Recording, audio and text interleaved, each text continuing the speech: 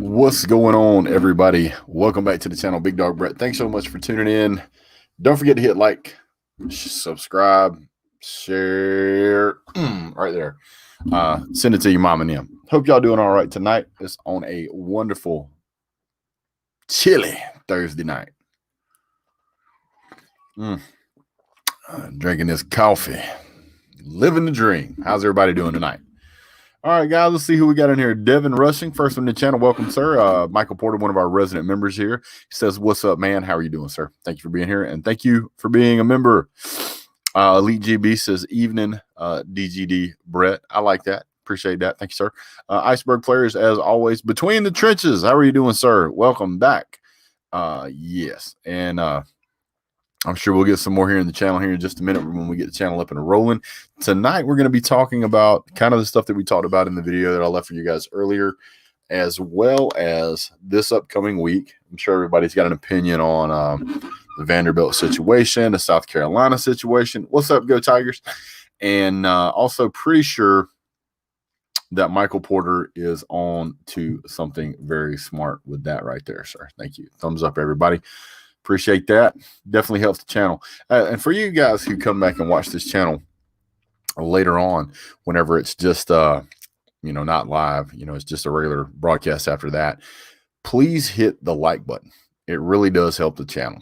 Yeah, I mean, it tremendously helps the channel. So if you're a resident member here, if you're a frequent flyer here, if you've put in your miles with the Big Dog Brett channel, it really does help. Then see you same guys, hit that like button. It only takes a moment and it saves a puppy. So yeah. So for 30 cents a day, YouTube can hit the like button. Appreciate that. All right, guys. So let me see if I can get a hold of Mr. Keith.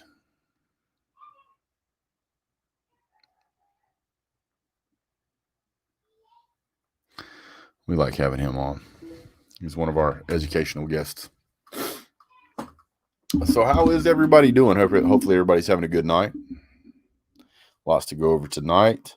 Currently, Georgia Tech is losing to Pitt 16-7 in the with a minute to go in the second quarter. USM is beating FAU. If you guys care to watch those games, that's also going on right now. And tomorrow, we actually have a matchup of Arizona State. That actually might be a pretty decent game. And then Saturday, we're going to kick off with Alabama, Georgia, Arkansas, Missouri, Illinois, Northwestern, Utah, Colorado, Maryland, Rutgers, Minnesota, Nebraska, Penn State, Michigan State, Northern Illinois, Eastern Michigan, Ball State, Western Michigan, Wake Forest, Louisville, all kicking off at noon. So, yeah, going to be a lot of people.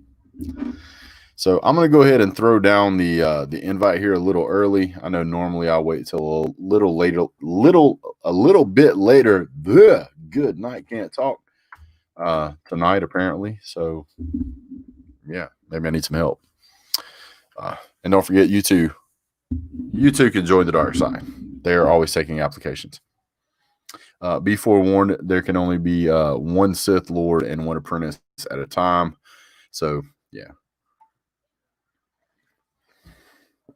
What's going on, little Stephon Curry? Looks like between the trenches wants to join the show tonight. Let's go ahead and bring him in. What's going on, Trenches? Same shirt, different day, my man. Yes, sir. Once again, it's not routing my sound through my headphones, so I'm going to take them off. I can never tell that until somebody gets on, even though I tell it to. So it does what it does. So what's going on, man? Not much, man. Enjoying the cold weather. Yeah, it was pretty chilly the other day. Oh, okay. I think it's going to be they're talking about it might snow. What do you think about that? I think it's going to be a run-heavy game Saturday. They're talking about it's going to snow in Georgia next Monday. So we'll see what's going to happen up there in Missouri. 60%. Remember, I'm in Florida. Oh, I know. I'm not. I'm in North Georgia. So 60%. Hey, what's going on, Sarah? I was little Stephon Curry. So it's 60% chance of wind. I mean, a 60% chance of rain / snow, and then they're looking at doing a 10 to 20 mile an hour wind along with it, and the temperature is expected to be around 40. That's rough. That's rough. Yeah. You know, there's gonna be that time whenever the players are gonna be the ones going, "Hey, coach, we're up 20 in the fourth quarter. Can you put some of these backups in for a little bit? It's chilly out here, man." Dude, I think it's like 48 where I'm at right now, and I feel like it's negative 20. We're not used to it down here. It was just crazy because it's 52 right now. Hey, what's going on, Keith? Welcome to the show, sir. Keith is one of our resident experts here. What's going on, Alex? Glad to see you guys here. So if Keith can join the show, I've got a lot of stuff I want to wait to kind of get his take on, see what he thinks. I guess. Working on other few projects on the side as well, so we might have something to announce later on down the road. There's well, I'm trying to find some better ways to put out some merch than what I've got right now. So that's kind of in the works. So you got any idea? I've been waiting, man. I want me some Big Dog Brett merch, man. Well, what would you like? Would you like a T-shirt? Would you like a hat? What do you think? I'd rock both, to be honest with you. I'll see what I can dig up, when I do college game day. Well, right now, I've got a merch store over at Teespring, but I haven't really updated it in a while. So you drop the description in the channel, man, so we can check it out. Let me see what I got here. I haven't done this, and I haven't even logged into this stuff in so long. They might have closed it out. Oh, I have to tell them I'm not a robot. They can tell me everything I want to buy in my Facebook feed, but they can't tell me that I'm not a robot. How's it going, Keith? What's up, guys? What's going on, buddy? Doing all right. How y'all doing? Cold. Same shirt, different day. I hear you, man. Let me trying to pull up this stuff in Teespring right now. I know I made a store.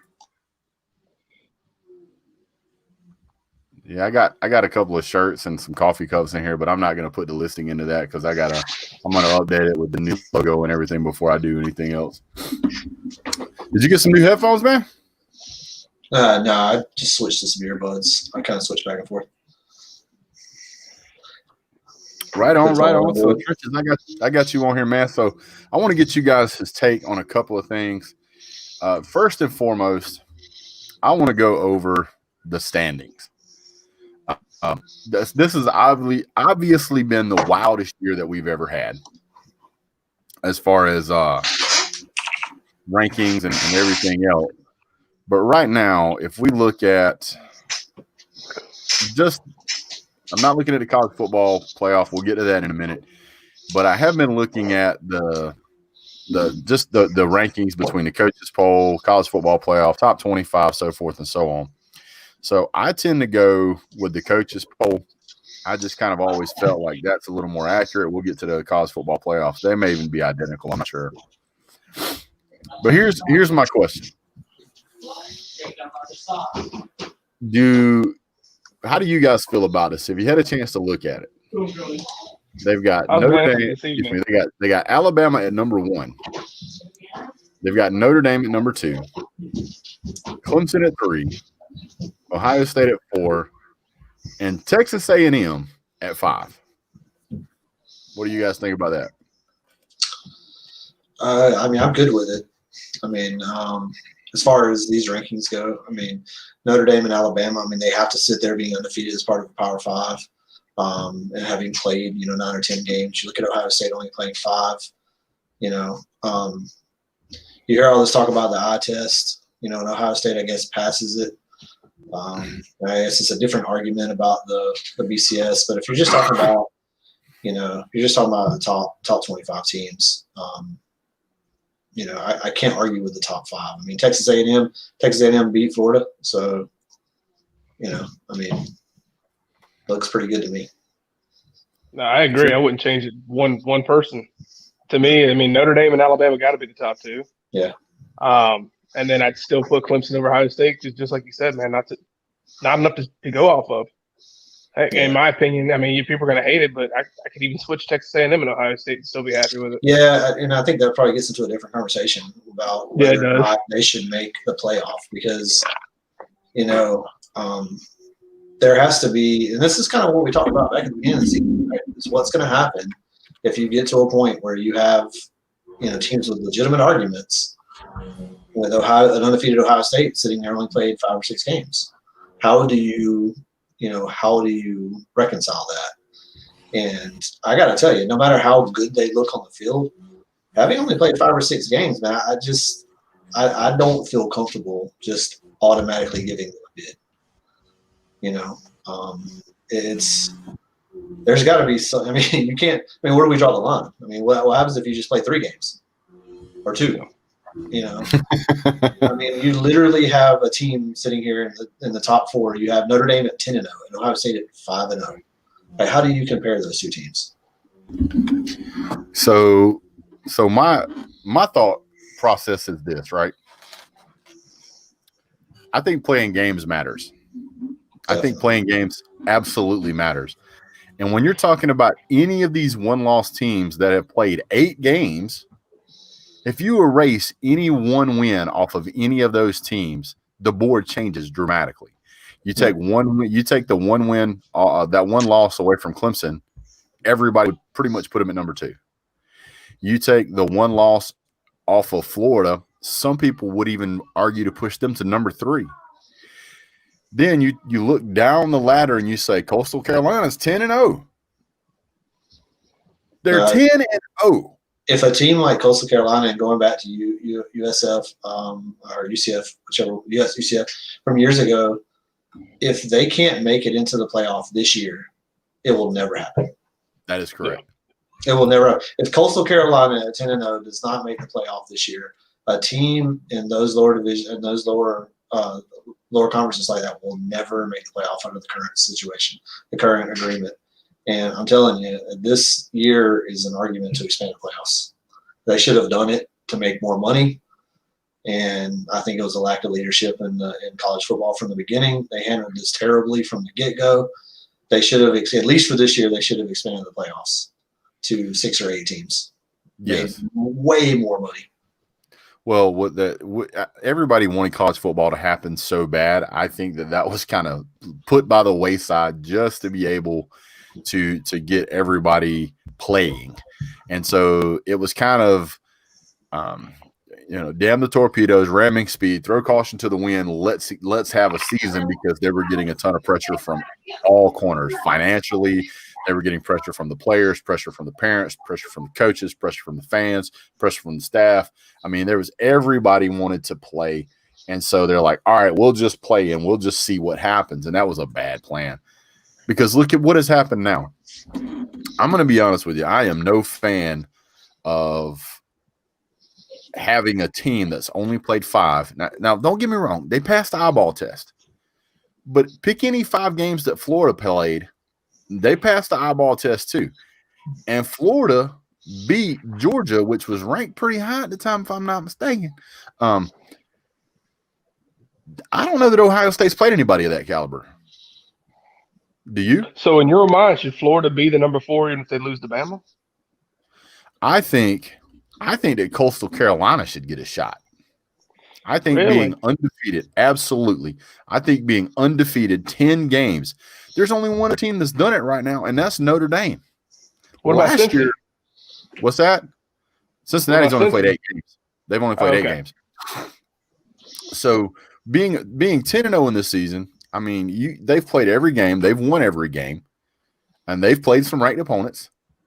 At what point does the scale tip? What point? Because you've got to admit that at some point, if they go undefeated, how can you not let them in? How can you say that wins matter, losses matter, when you've got an undefeated team that is losing a spot to a team with a loss? And the only 3 teams right now that could potentially get in with an undefeated record is Alabama, Notre Dame, and Ohio State with 5 wins. That's ridiculous. See, and the team that would make me mad to not get the 4th spot, and let's say Ohio State got it with 5 wins. The team that I feel most upset for is a team with 1 loss, and that was only to Alabama. Texas A&M just sitting on the outside, going, dude, we lost the number 1 team. Why are we sitting here? I agree. Yeah, if the season were to stop right now, then they're my number 4. If I'm voting for the playoff, I'm voting Alabama, Notre Dame, Clemson, Texas A&M. Right. Yep, I agree. Yeah. Now, when you look up here at the college football playoff poll, everybody's got number 1 through 6 is identical, and then there's kind of some quibbling after that. But Cincinnati, Iowa State, CFP's got Georgia at 9. I'm struggling with that, guys. I really am. Georgia's been inconsistent all year. We've had times when we couldn't run. We have times where we've had one game where we looked really good throwing the ball, and we've had one game where we looked really good passing the ball, and that's it. I mean, running the ball, and that's it. You can't make me believe at this point, honestly, that Georgia could beat Cincinnati. You couldn't make me believe that Georgia could beat Miami. We just haven't been consistent enough. Probably going to get an opportunity. Well, that's probably true too. That's a projected bowl game, right? Georgia Cincinnati, right? Yeah. But I mean, if Cincinnati loses a game, that changes. If they don't make the playoff, that is, I guess. Right. Well, let me ask you this. Let's say they did extend the playoffs this year, right before this, and we're sitting at 9. And this is what I was looking at earlier was, all right, so if it went to 8, Georgia would be on the outside looking in. But you got a team like Iowa State sitting at 7 with 2 losses just like Georgia, but Georgia's 2 losses for the top 2-5 teams.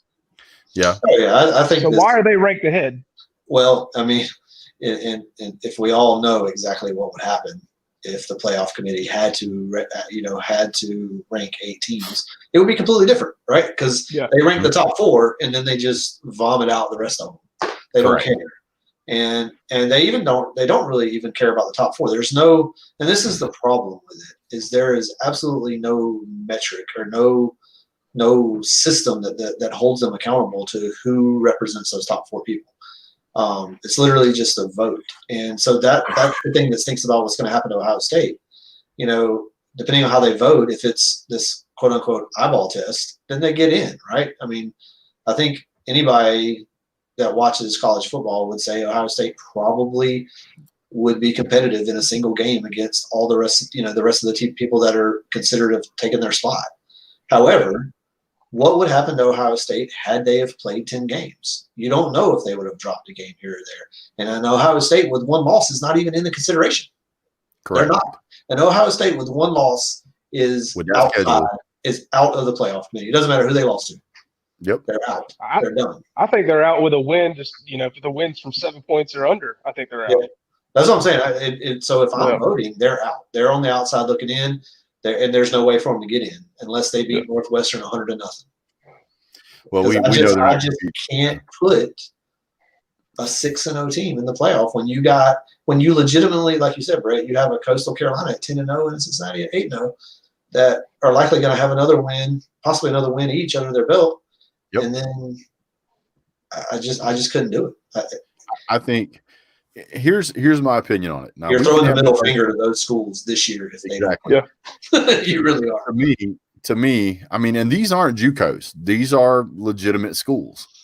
And when you're looking at Coastal Carolina and you say, okay, they're ranked in the top 13, 10-0, but they're ranked behind a Georgia that's 6-2. They're ranked behind an Ohio State that's played half the games they have. They're ranked behind an Oklahoma who's 7-2. And it's like, wait a minute. Coastal Carolina is doing everything they can do, and by the measuring stick, I think they're doing better. If you're not going to let these guys have an opportunity to at least get in a college football playoff, maybe they get trounced. Maybe they're really that good. We don't know because they won't put them in. I just have a problem with that. I mean, they played UNL, which was a ranked team, right? They played Georgia. I mean, their schedule, they beat BYU, who was ranked number 13. So they've beat 2 ranked teams. And by the time they're done, they'll probably have beaten a third in Louisiana, the Raging Cajuns. And they got to play Troy. They got to play Troy, this Saturday, which they're going to beat them, and then they got to play UL. They're probably going to finish their season 12-0, having beat 3 ranked teams. One of them, not a ranked team, but they shut out one team 51-0. 51-0. I don't know of anybody in any Power 5 so far that has done that. I mean, there may be one team is like 41-0 or something like that. But to sit there and say that a team that can hang 51 on somebody and then blank them on the other side, that's you got to give those guys some credit. Well, I mean, I think the BCS contract runs through the 23-24 season, I believe, if I'm not mistaken. So we're probably stuck with 4 teams then. But I just don't understand how – I mean, to me, it's obvious. You expand this to 8 teams. You go with the 5 Power Conference champions, 2 at-large Power 5 teams, and a lower conference team, the highest ranked lower conference team. Put them in there.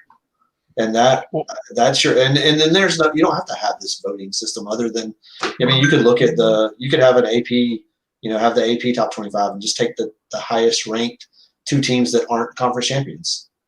You know what I'm saying? Well, I think even in that system, Coastal Carolina wouldn't get in because I feel like Cincinnati's a higher ranked group of 5. Well, Cincinnati would possibly be an at-large in the at-large team, right? Yeah. What conference do they play in? Who? American. Okay, so exactly. So you're still gonna have some of these lower teams not get in potentially, but in the system that we have now, they don't get in at all. So they don't even get a chance. Not one gets a chance to make hay. It's not every year that we have a Coastal Carolina and Cincinnati undefeated. Usually it's one of them, right? Usually it's the Boise State from years ago or the UCF, whichever one of those it was.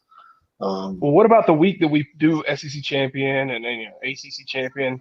You have a group of 5 champion, and they get that spot for the so this year you'd have Coastal Carolina playing Cincinnati. Winner gets playoff bid if you had 8 teams. Yeah, you can do that. I just think you need to remove the voting as much as possible from the playoff system. Oh, I agree. Right? It's archaic. This is the top echelon of sports in our country, and it's subjective. It's crazy that we're still. Well, that was the big complaint we've come a long way.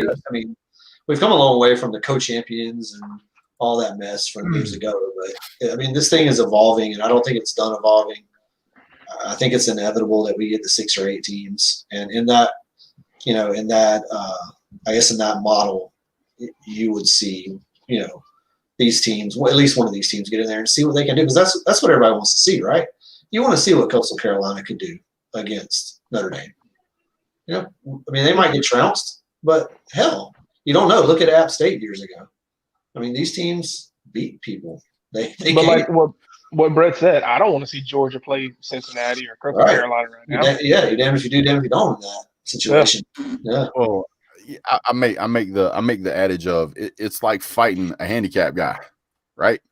Because if you beat the guy, well, you should have won. He was handicapped. If you lose to the handicapped guy, it's how do you lose to a handicapped guy? Now, that's just the stigma that comes along with it. Now, maybe that ain't the most PC thing in the world to say, but you get my point. It's one of those games that if you don't win it, you really look bad. If you win nobody cares. Yeah, that's a hell of an opportunity for Cincinnati to play Georgia. And for Georgia, it's, we better win this game. Jeez, Well, you were talking about voting earlier. How do y'all feel about Ohio State getting voted back into the championship? I'm fine with it. They can do whatever they want to with that. I think they probably should have a stake in their championship because the circumstances that they've played in is the circumstances of their league, of their conference. They're the ones that waited to put these guys in a situation to only play 7 or 8 games, even if everything went great. So they're a product of their own of the conference's own decisions. So I think they should be able to stay in their conference championship game, but I'm not putting them in the playoff at 6-0. I wouldn't. So now we talked about the coaches poll, we talked about the CFP. The AP poll has Ohio State at 5-0, ranked number 3 above Clemson. Yeah, they're out of their mind. That's ridiculous. And I'm sorry, I cannot get on that I train. don't. Yeah. I mean, I understand they're undefeated. They're just putting the chalk teams that are undefeated to the top. That's all they're doing.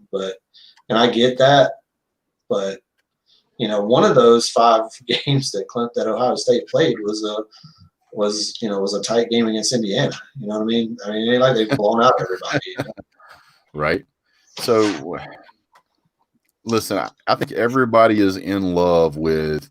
That's the thing. I mean, when Justin Fields. Not to mention, I mean, Clemson took Miami to the woodshed, and Miami was a top 10 team at the time. Mhm. Miami's a good team this year. Yeah, that's a rough win. I mean, look at how close. Look at how close Clemson played Notre Dame, the number 1 or number 2 ranked team in the country, however you want to say it, with a backup quarterback. Yeah, and there's plenty of people that would say the backup quarterback hung 400 yards on him. Mm-hmm. And people are trying to say, "Oh, well, it couldn't have been the quarterback because he did 400 yards." Let me explain something to you. If I've got the macho man Randy Savage in his prime standing next to me, and I get up there and I can do 400, I promise you the macho man could do 400 and then some. I'm just saying. So I don't for a second believe that you say, oh, because that guy threw for 400, that's all they would have gotten. I do not believe that in a heartbeat. Not at all. Not at all. The good thing is we're going to get to see this play out, right? Oh, yeah. I mean, this is going to be a little bit of a, what happens if situation, Absolutely. I mean, if Clemson loses, they're out of the, they're out outside looking in. They're outside. They're not even looking in. They're just outside. They're done. And I guess maybe that opens the door for Ohio State to slide in. I don't know. So what happens? So let me throw this out there. Let me just throw this out there. Since we're in the what if ballpark, right? This is one of my favorite arenas. What if Florida can't play in the SEC championship because of the Rona? If they can't play in the SEC championship, they're done, man. They got. I mean, in order for Florida to Texas A&M still gets the. Yeah, Texas A&M still gets 5 votes over Florida. The only way Florida gets in my opinion, is with a win over Alabama. And if Florida beats Alabama is still in. Hold on, gents. You're missing the part of the equation that I'm going to have the most fun with. Technically, if they can't play that game and they forfeit that game, that makes Georgia the runner-up in the SEC. That puts them at 2 losses. Georgia at 2 losses. And it is conceivable, from what I've seen, that they would put Georgia above Florida for the college football playoffs. Yeah, but even if they do, I don't think either one of them get in. Oh, I think Georgia would get killed if we win. Don't get me wrong, but I'm just saying. I mean, if Florida gets another loss, technically, they still win the tiebreaker against us. So they've clinched the East representative. That was my question. What you're saying is if Florida can't play, then Georgia would just be like an alternate that would go in there to play for them. Is that what you're saying? According to the rules that I read, that is correct. Huh. That's interesting. I'd feel a lot better with JT Daniels. Yeah, I don't know the rule on that, but I would just imagine that Florida would get a loss and Alabama would just have a bye week. But if they plug in the runner up, I don't know what the rule is there, but you're saying that the rule states that the second place team. Trying to find it right now. I can't find it right off, but I was reading it. There's like this weird rule where if they can't play, then the second place team can take their place. Yeah. So it could effectively end up. No, it could effectively end up that Georgia, if they wanted to do it this way, they could. It's in the rules. I've read it. Georgia could take Florida's place in the SEC championship. If Georgia was to beat Alabama, yeah, I get it. I know we're in the what if arena right now. That you think that could put Georgia in the college football playoff? No. Oh yeah.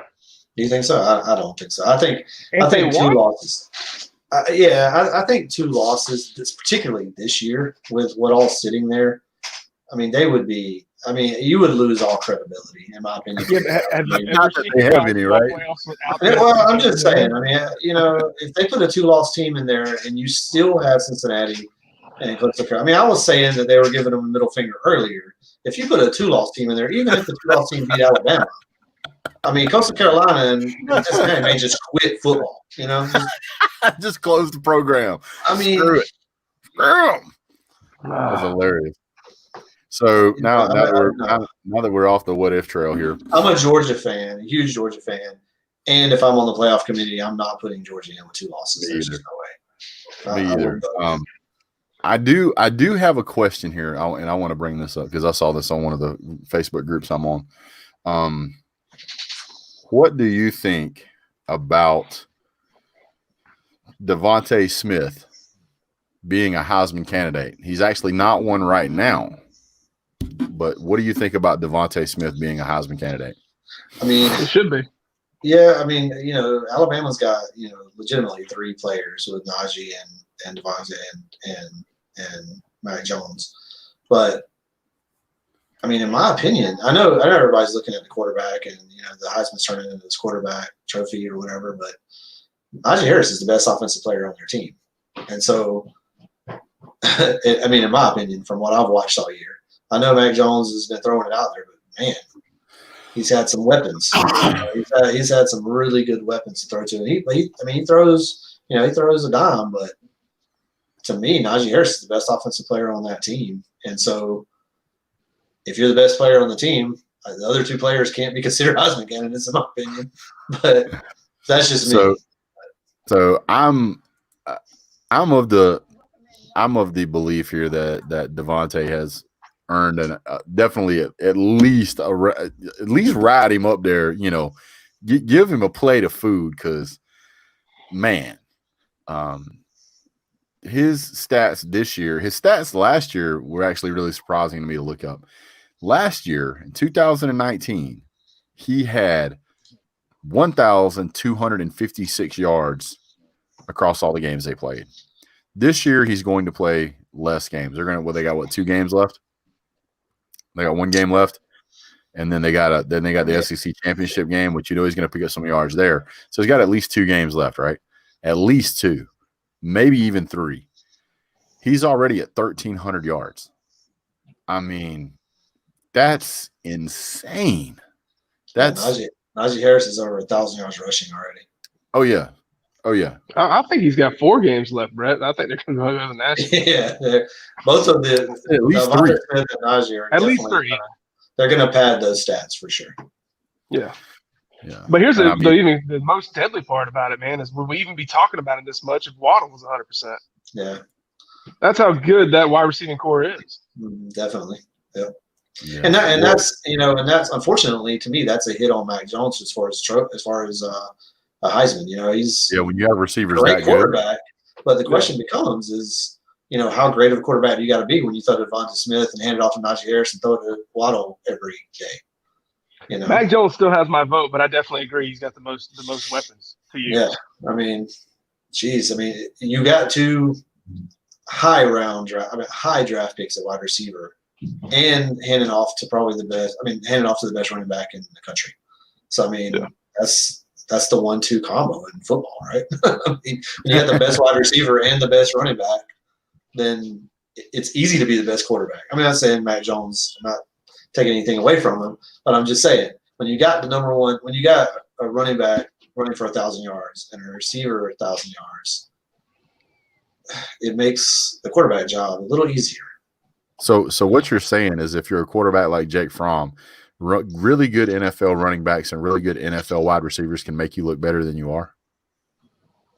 Definitely. All right, so since we're talking about – we're all Georgia fans here, and I don't know how big of Alabama fans everybody is, but do you remember the quarterbacks that threw to Amari Cooper and Calvin Ridley? No, you don't. Exactly. Was it McCarron? I think it was McCarron. I think he may have thrown, and then but I mean that's the point. I mean, but what did they do? I mean that's the thing I've always said about Alabama. Now they got a great quarterback this year, but I mean with those weapons, all you got to do is get the ball to them. Look, out of the top 3 quarterbacks right now in the hunt for it, I think Mac Jones will win it, in my opinion, or at least that he get my vote. But I don't think he's the best quarterback. I still think Trevor Lawrence is the best quarterback in college. Yeah. I think he's the best I'd have overall, to. just raw talent quarterback. Well, It's just Mac Jones is having a Joe Burrow year, you know. Yeah. Well, I think Kyle Trask is having the same thing, you know. So Kyle Trask, you know, before had been injury prone, and that is what has held him out of the limelight. Now he's having that Joe Burrow year. It would not surprise me if Kyle Trask went pro after this year. It would not surprise me at all because I don't know how he could improve on his draft stock. Yeah, I don't know why he would stay. No, Because I'll be honest with you, he's got to be circling games for next year on his schedule going, if I lose this game, how is it going to make me look? And I guarantee you Georgia is circled. And I guarantee you he has noticed how well JT Daniels can't throw a football. So he's weighing that out. He's got to be. So, all right, well, let's talk about other teams that suck besides Florida. Let's talk about LSU a minute. Who wants to tackle this tiger? Man. Well, hey, the only thing I can say about LSU is I'm ready for the news to hit. I haven't seen it yet. That old boy is Eric Gilbert is entering the transfer portal. That's what I'm waiting to see. That's what I'm waiting on. Because you know he's got to be looking around him. 5-star recruit, 9.972 rating. He'll be like the 4th or 5th highest player ever recruited for Georgia. He's the highest. I think he's the highest rated tight end ever. Ever. Yeah, he's the highest rated tight end ever. He's got to be looking around going, nope. LSU is not going to do me any good. Georgia, on the other hand, they've been playing some tight ends lately. Can you imagine him and Washington going in and out next year? Trey How McKinney. nice it's going to look. And Trey McKinney. Oh, yeah, Trey McKinney, too. Good Lord. Don't forget about Trey. Yeah, I got a chance to watch Gilbert in high school, and that dude is insane. Yes, sir. Yeah, I was really excited about him coming to Georgia when he ended up going to LSU. But now everything that you're reading about, you know, him being homesick and Georgia was kind of like his number 2 team, and what else happening there? You know, he went to LSU when Joe Brady was OC and Burrows was there, and there was this high-flying offense. And then what happened this year, man? I think the writing's on the wall. I hope Kirby's got him on speed dial. If they haven't had him on speed dial, oh yeah. Not to mention that, you know, the LSU continues to have disciplinary problems. So this guy probably wants to distance himself as quickly as possible from this name. It's only like his freshman year. Now would be a good opportunity for him to bail out, you know. And Georgia's got room on the roster. So, and I've heard that from the reading that I've done on him, that Georgia would likely line him up as a wide receiver and not really. Yeah. Huh. You know what? If he can catch that well and he's willing to do it, man, I'll take him. The dude's 6'5", so I'm good with it. That's a big body down. Pickens, Burton. Yeah. That's a big boy. Well, let me ask you this. What do you think the NCAA is going to actually do about LSU? Because you can't ban yourself from a game you're not going to go to. So what is NCAA actually going to do and step up and say? Well, what they may do is they may say LSU, at the moment that they discover that they're not going to be bowl eligible, they may go ahead and say, well, we're just going to do it next year. And so at that point, the NCAA may say, all right, well, I guess you did that. But to me, I think that if you're a 5-star player, like a lot of these 5-star players that ended up picking LSU, I think they've got to be looking at their futures ahead, their draftability. You know, where's this program currently at? It is by far the worst performance of a defending national championship team I've ever seen. And they got to be looking at that going, how are they going to right this ship? Tennessee has been trying to right their ship for 20 years, and they can't get it turned around. So what makes LSU think they can? And LSU has to compete. LSU has to compete with all the Texas teams for the players in Texas and all the Texas teams that want players out of Louisiana. Nobody's pulling players out of Arkansas. Nobody's really pulling that many players out of Mississippi. You got to go to Alabama, Georgia, or Florida. And right now, with Florida on the upswing, Georgia being where it's at, Alabama being where it's at, those recruits are going to those places. So LSU really doesn't have a whole lot of ability to say they're gonna do it with recruits, because they have some good recruits. They don't have the coaching staff, and that's the problem. How are you going to recruit a coaching staff? Because if you go out and you pick out the whichever OC you want to pick out, you get him to come to Florida or you get him to come to LSU, it's still going to take that guy a whole nother year to even start to get that game plan invested. Then you turn your eyes to the East if you're LSU player and you see Georgia. Okay, Georgia just got their quarterback situation fixed. They got a hell of a talented roster. Looks like they got the quarterback problem fixed. This might be the route to go, especially when the guys from Marietta. So, you think LSU fans are starting to realize that Coach O's not the national title head coach that they thought he was? No, what they're really discovering is that Bo Pelini is just as bad as I said he was, if not worse. Yeah. Here's the I'm just saying, no Brady, no Burrow. We're seeing the real LSU. Yeah, no, like recruit cheating. So. Yep. Yeah, you can't pay Those guys graduated. $180,000 or went to the draft. Listen, I'm not saying that Georgia is innocent in this regard. I would never even pretend to believe that any team that ranks consistently in the top 10 is free and clear of all charges. I would never pretend to say that. I believe players get paid on a consistent basis. Mama's bills gets paid. Folks gets vehicles bought. I'm telling you that stuff happens. I know it does. There's no way it doesn't. There's too much money involved to say that players aren't getting paid somehow. There's too much money involved. So if that's going on and they happen to get caught, let that be a lesson to the rest of y'all. Don't do that and get caught that way. Ole Miss had the same problem for years. They keep getting busted. They're going to be on bowl bans until I'm 90. So you're not dumb for doing it. You're dumb for getting caught.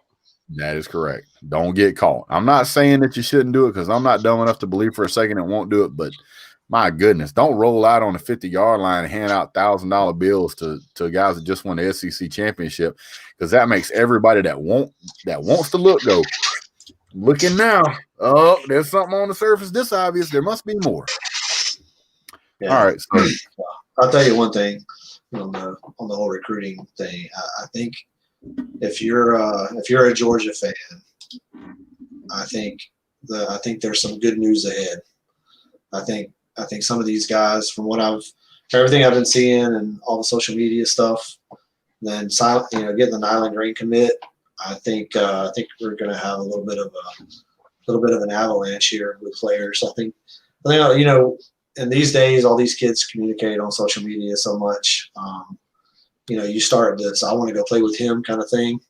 Yep. And especially if George is able to get Gilbert to come over, I think it's going to be a good next couple of months with Georgia heading into the signing day. Hey, who was that 5-star running back that we didn't pick up? We talked about it, but then we didn't pick him up. What was that guy's name? Was it Evans? You know what I'm talking about? He had some disciplinary problems. I don't remember. Which cycle was it? I want to say it was 2019. I'm not sure. Where'd he go? That's what I'm looking up right now. All right. I'm looking it up right now. Wasn't Zamir. Zach Evans. Wasn't that him? Yeah. Yeah, I think it was Zach Evans. Yeah, UGA releases 5-star running back Zach Evans from his national letter of intent. I was like, how bad do you have to be a 5-star player at a school who's looking for 5 stars, which every school is, and go be like, you know what? Pass. Nope, we're good. Happens. I mean, that's like, wow. I made a whole TV show about it. Yeah.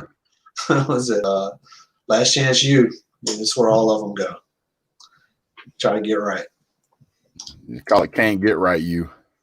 It's like the guy that what was the guy that was supposed to be the quarterback for FSU a few years back, and he went there and couldn't even get straight. I can't remember what his name was. He was huge. He came back like the second season. They wouldn't even play him. Yeah, he couldn't even play at Last Chance U because he just couldn't. Like, he just couldn't get along with the coach. I It can't was like remember. Mitchell or Malcolm or something like that. I don't remember, man. But he was like, I remember he came back with Coach Brown, and Coach Brown's like, yeah, you're sitting the bench. We don't need you this season. So let me give you an example of Zach Evans. Zach Evans, 5-star recruit, running back, plays for TCU, right? 47 attempts for 285 yards in the 2020 season. Less than stellar performance, I would say. So it just goes to show that some of these guys that they get out there and say, "Yeah, we want this guy as a 5-star. We want this guy as a 5-star." Sometimes you don't want that 5-star. Sometimes you want that 4-star, that 3-star. This is just one of those cases. So but Keith is right about the recruiting language and the returning expectations. A lot of the stuff that I've seen on social media doesn't sound like what I've heard players say in the past. Like, normally you won't hear any of this stuff. Pretty much all of these guys are talking about how next year is going to be a heck of a year. And I know how that sounds. Oh, next year. Oh, well, next year we got a quarterback. So Okay, volunteer. Team ball, right? All right, so No, it does. Everything's looking on the upswing, especially if you got Trask and all these other players going out. Then who's a better quarterback in the SEC for next year? Bo Nix? I don't think so. That's what I'm saying. There's nobody. It comes down to JT. Yeah. And maybe that kid. Yeah, depending on what it's going to be interesting to see what JT does, in these last two games. I don't know. I saw something about them announcing a time for Vanderbilt next week. Is that a go now? Because I know a lot of teams were kind of hesitant to play on December 19th, but I don't think it's going to happen. Yeah, I wouldn't. I mean, Georgia is currently scheduled to play Vanderbilt at noon on December 19th. Currently. Yeah, I saw they were talking about on the radio today that I'm trying to remember what team it was that said they didn't want to play on December 19th, and a lot of it had to do with recruiting. Because this is the early signing period, you're running into it, and so playing on the 19th is like, especially for somebody who's not going to be in the playoffs, not going to be, in their conference championship game. You're taking a coach away from where they would traditionally be out on the recruiting trail, trying to get some of these early signs and trying to play a football game. So some of these teams aren't exactly interested in it from a coaching perspective. I'm sure the players want to play. Hey, Byrick, I appreciate the super chat, sir. He says, y'all going to watch the movie Safety? I don't know what that is. Yeah, I'm not sure. I hadn't heard of it. Movie, football. I think I saw something about that. It's called Safety. It comes out in 2020. 18-year-old student puts his football scholarship on the line when he steps up to take custody of his 11-year-old little brother after their mother enters an extended stay at a drug rehab facility. I was just looking at something about this. I am going to watch this movie because the thing that I heard was that he hides his little brother in the dorm. And if they find out his brother's there, obviously they're going to, there's going to be some consequences that kick him off the team, what have you. But I'm not sure that would be the case in this day and age. I think that would be a PR nightmare. I think what they would probably end up doing is letting him stay in a house close to campus, rented or whatever. Colleges do that stuff sometimes. And I think that there's other people in the dorm that end up helping him out so he can get it done. But yeah, I think that's going to be a killer movie. Yeah, I'm going to watch that. Initial release December the 11th, so tomorrow, 2020. So yeah. On what? Where is it going to be streamed at? Walt Disney Pictures, so it'll probably come out in theaters. Oh, okay. And also, if you're not watching The Mandalorian, you may leave. Man, I'll see y'all later, I guess. Full disclosure, I canceled my Disney Plus membership, bro. I didn't mind it. I just never finished the first season for some Yeah. reason. I think I got into something else. Season about halfway through the second. I've heard it gets better. I'll let you borrow my membership so you can watch The Mandalorian.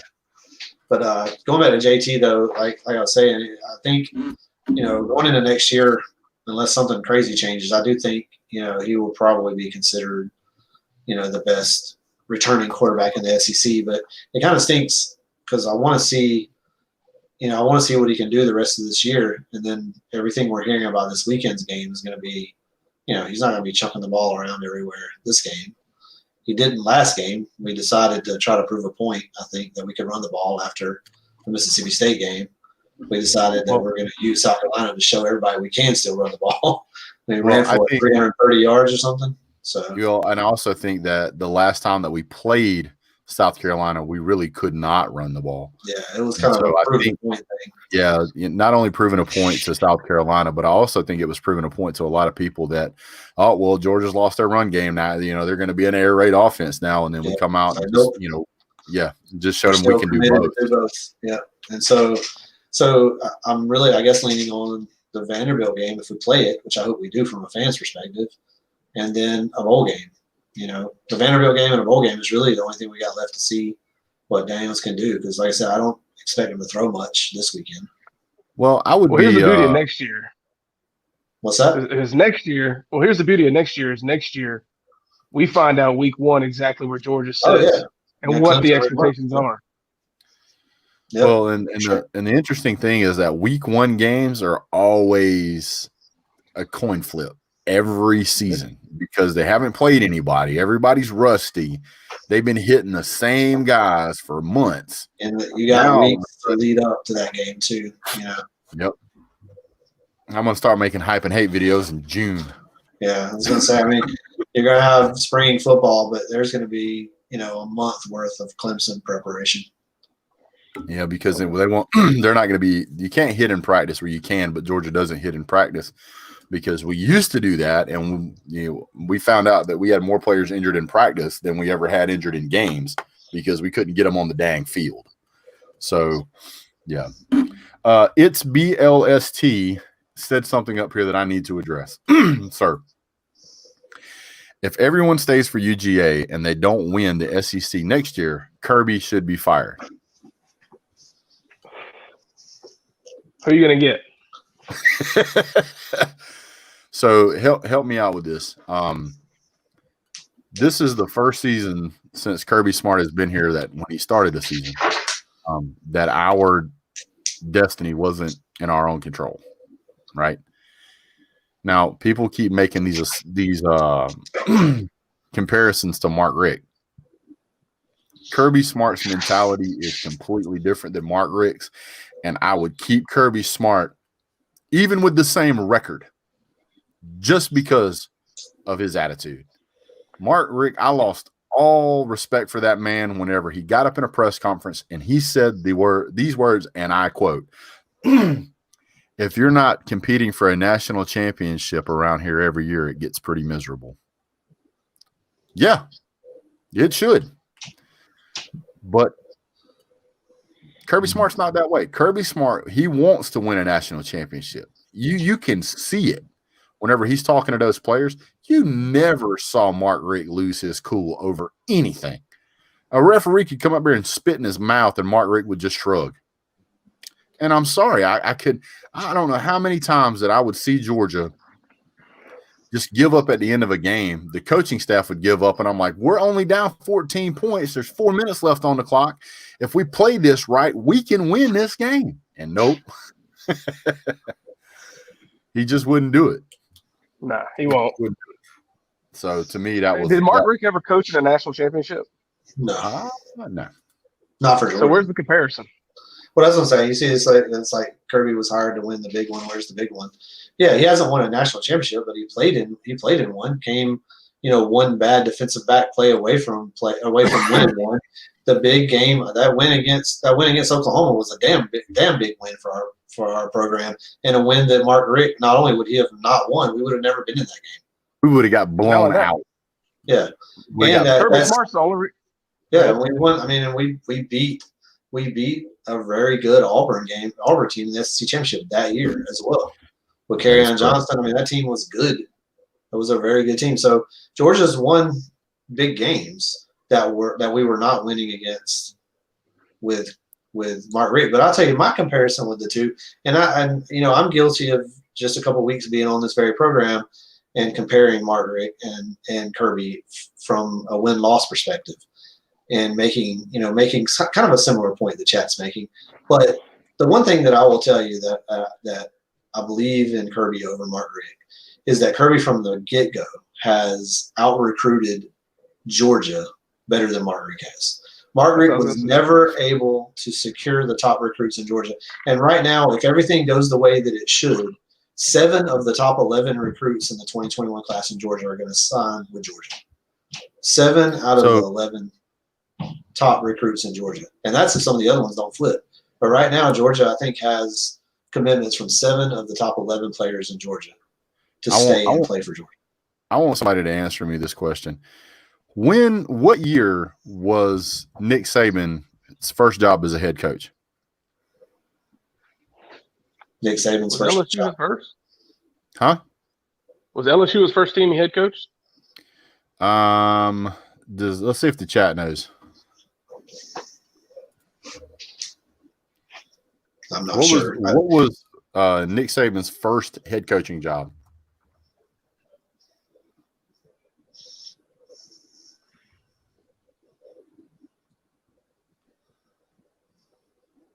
Michigan State, they're saying. Anybody know? Nope, it's not Michigan State. Try again.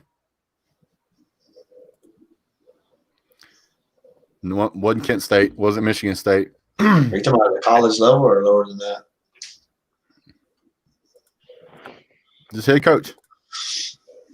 Birmingham college High level. School. It's college level. University of Toledo. Guess what year? 1990. Then it wasn't until 5 years later he played for Michigan State. You want to know what his records was at Michigan State? 6-5, 6-6, 7-5, 6-6, 9-2. If Kirby Smart would have started at UGA at that record, he would have been fired by year 3, guaranteed. 100%. Now, he didn't win. He didn't have a 10-win season until 2001 with LSU. So that is a 6-7 year. Let's see, 1, 2, 3, 4, 5, 6, 7 year gap before he had a 10-win season. I believe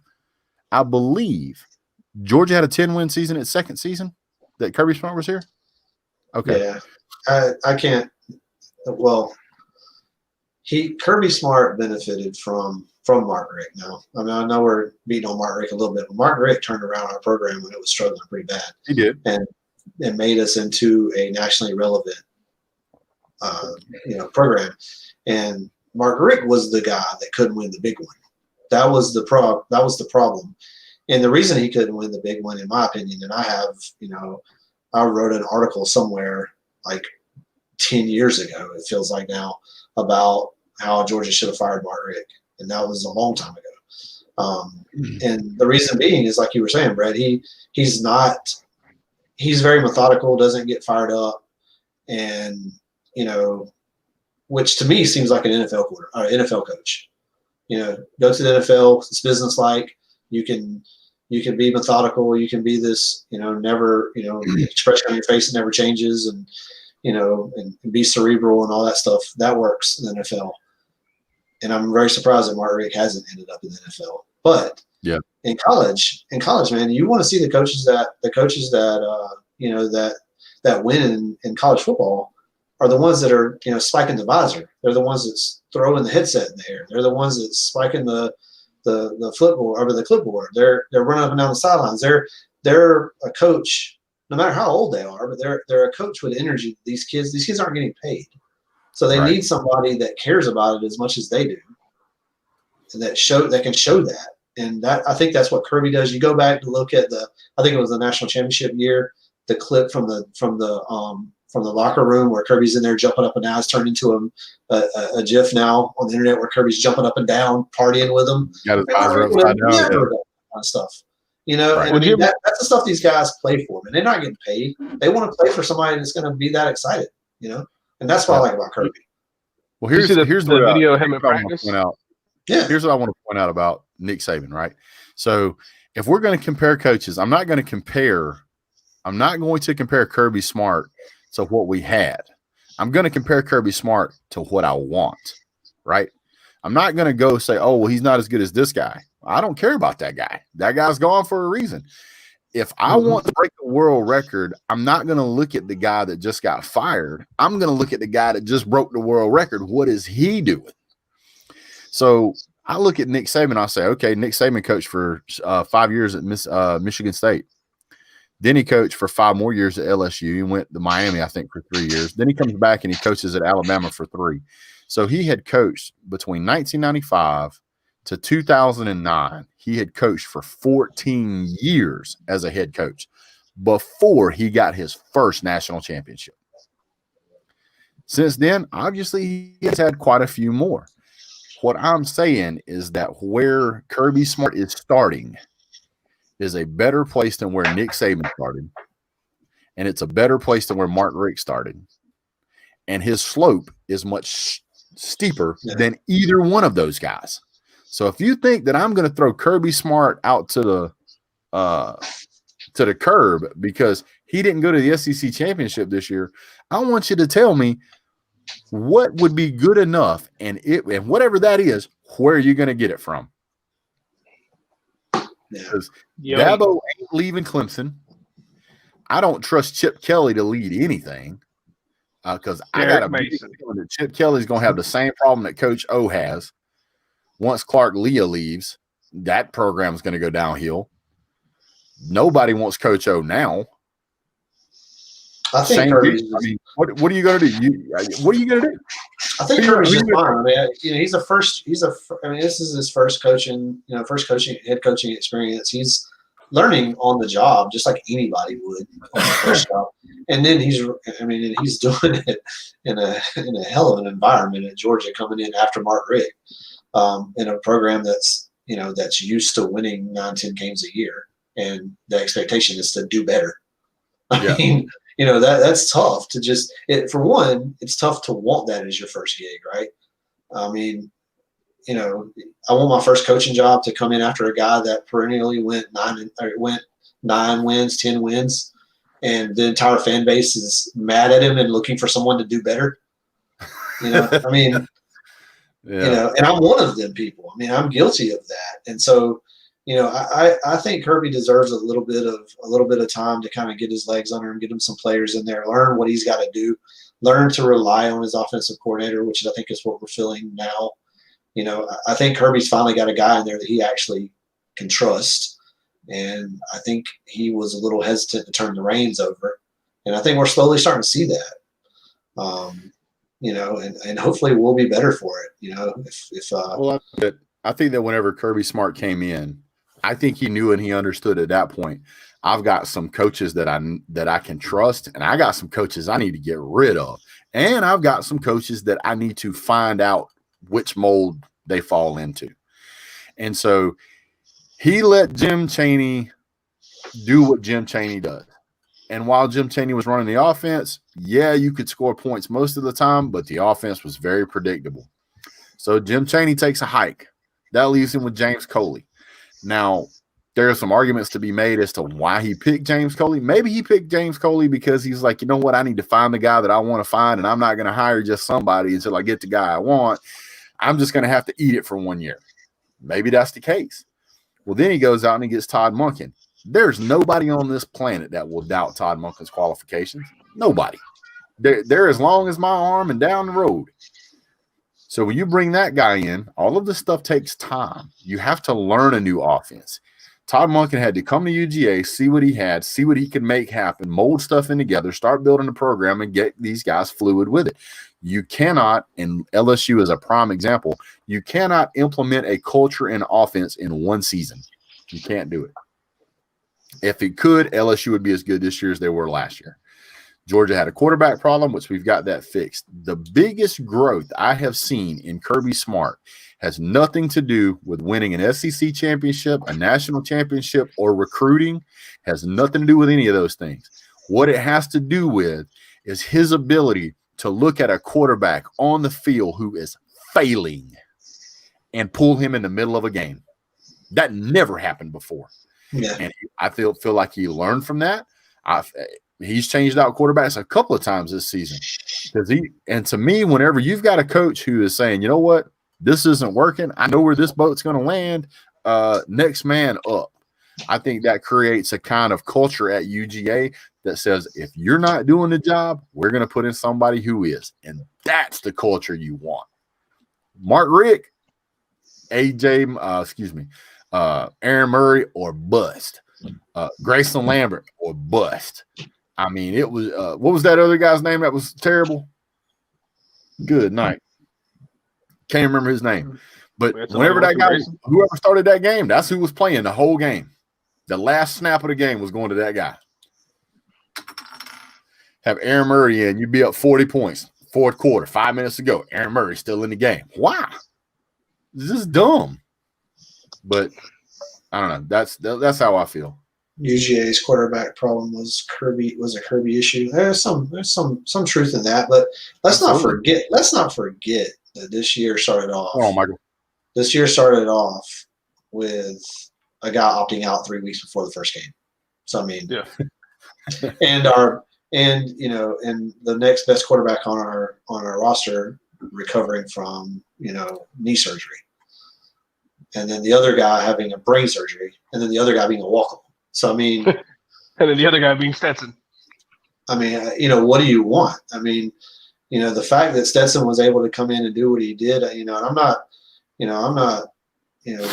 right. I mean, there is some onus that Kirby has there about waiting so long and switching people out, and we can talk about that. But this year there was a quarterback issue from get-go outside of Kirby, no matter who the coach was.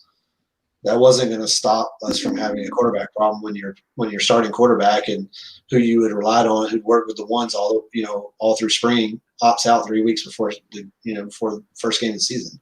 So I mean, Well, I think one of the first things Kirby did that impressed me the most was before he even started the season, because they were asking him, well, one, he finished out with Alabama, finished his job there, and then came. I like that.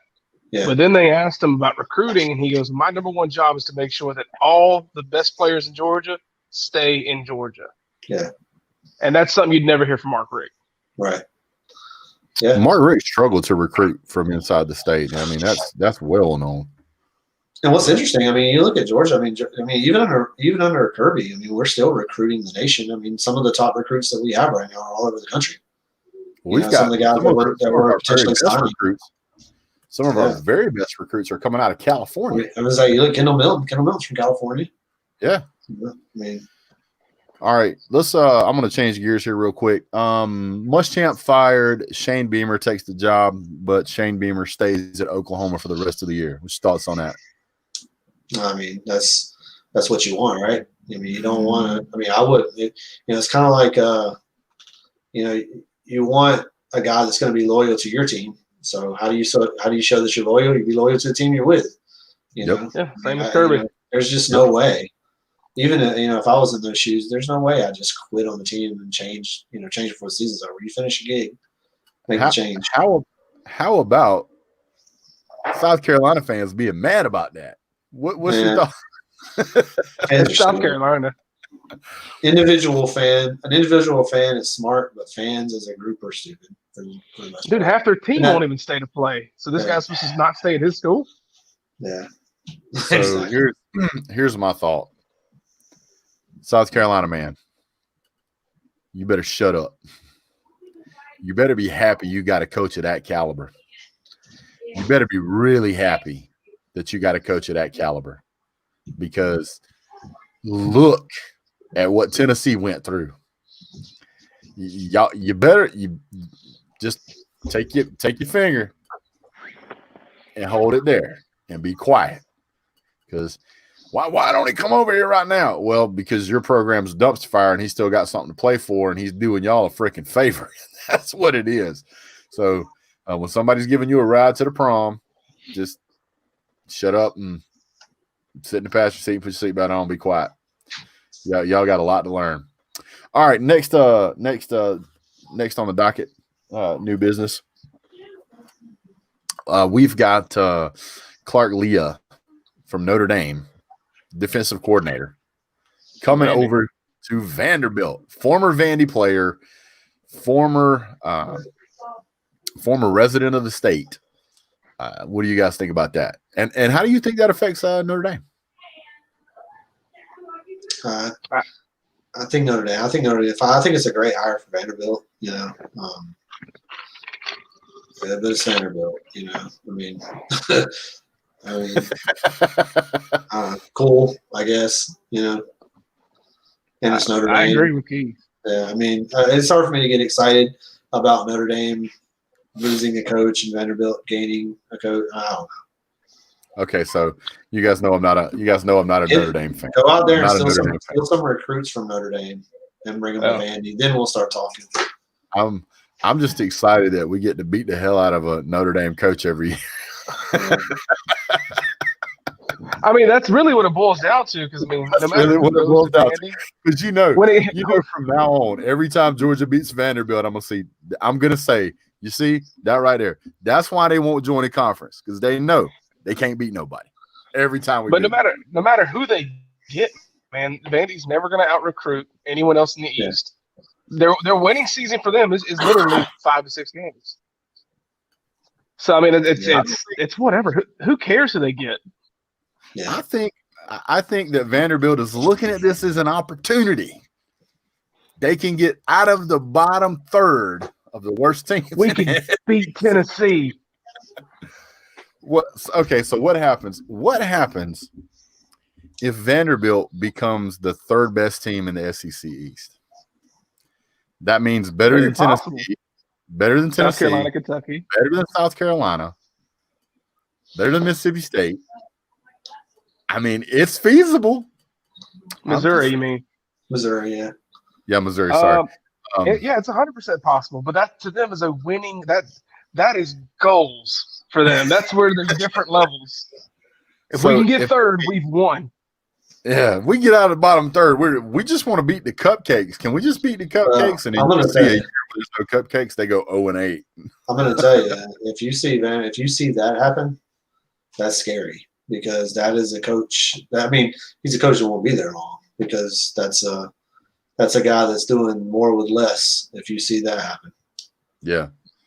Well, what'll happen is he'll get a prime job at like Oklahoma or something, where they want to win games, but they don't want to play defense.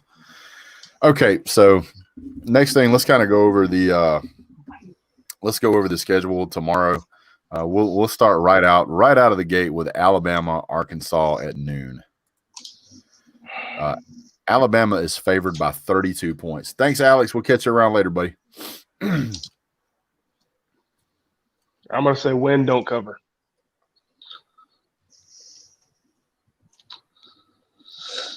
Yeah, I mean, we made this mistake last week. I thought they would give up some points. Arkansas is decent. I don't know. I think they cover. I'm sorry. I think Alabama's the best team in the country. I think they're going to. I'm just going over Sam Pittman's hypeness, and Sam Pittman can get anybody ready to go. So that's why I just don't think they cover. Yeah. But they easily could. Yeah. I don't know. At this point, man, I'm not sure what line would have to be for me to not say Alabama's just going to cover, unless they just decide to put the brakes on and go with their second team. I don't know. I get it. Just going with good on this one. I think that Arkansas's defense has taken a step back the past couple of weeks. I think their defense started out really strong in the first of the year. Going back to Florida hung 63 on them, and I don't believe that Alabama. I mean, I don't believe that Florida has the offensive weapons that Alabama does. Florida's good offense, but I think Alabama's is better. So to me, I know Arkansas at times has had a really good defense. I see their defense slipping. I don't see their offense showing up enough to compete with Alabama. Covers as well. So, okay, next game, Georgia, Missouri. Missouri is a ranked team. Georgia favored by 13. I love this line. 13 points, a great line. Georgia has not really been interested in kicking field goals this year. Last year, it was kick as many field goals as possible. Yeah, I understand it's first and goal, but let's kick a field goal. So to me, I think Georgia covers this easily. The over-under is 54. So they're basically saying Missouri is going to score about 22 points. Georgia's going to score about 35. What thoughts on that? I'd love to say easily cover, easily go over. My only question is this weather. I think Georgia wins, no problem. But with this weather, you never know what can happen, man. We could be looking at a 21-7 game for Georgia, which they still cover, but it doesn't go over 54. Now, this may surprise some people, but Missouri's defense this year has had flashes of brilliance. They've had moments where their defense has really played well. They held Alabama to 38. Now, they did let Tennessee score 35, but they held Florida to 41. They held Kentucky to 10. They held South Carolina to 10. They shut Vandy out.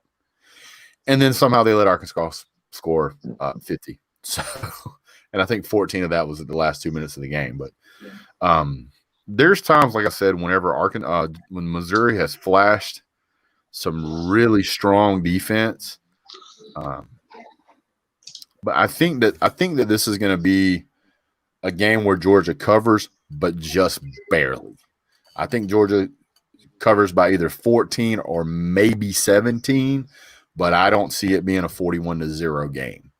No. I think the weather is certainly going to play a factor. Yeah, I think Georgia covers, and I take the under. I think Georgia's defense is gonna. If this is, like I said, if this is going to be a situation where there's not going to be much throwing the ball around, I think Georgia is going to flex on the run defense, and I don't see Missouri scoring very many points. So now, I'm going to take the under, and I'm going to take a cover. I think that Georgia is very much going to be able to stop a run game. It's all season long. The thing that's hurt Georgia is the pass over the middle. The short pass over the middle has just killed Georgia. Missouri doesn't have that in their arsenal. I just don't feel like they do. Plus, we're getting back a lot of good players right now. I think that if I had to put a number on this game, I would put it somewhere around, I'd probably say like 28-10 or 28-14. I see a game like that. Yeah, where Georgia's going to come out. It's going to be old school football. It's going to be run the ball down your throat and little swing passes here and there. And Georgia's just going to grind, clock, and work on you. You might see one or two big passes down the field, but they're not going to be a lot. So probably see pretty limited action from George Pickens, Jermaine Burton, Trey McKitty are probably all going to be pretty limited on activity.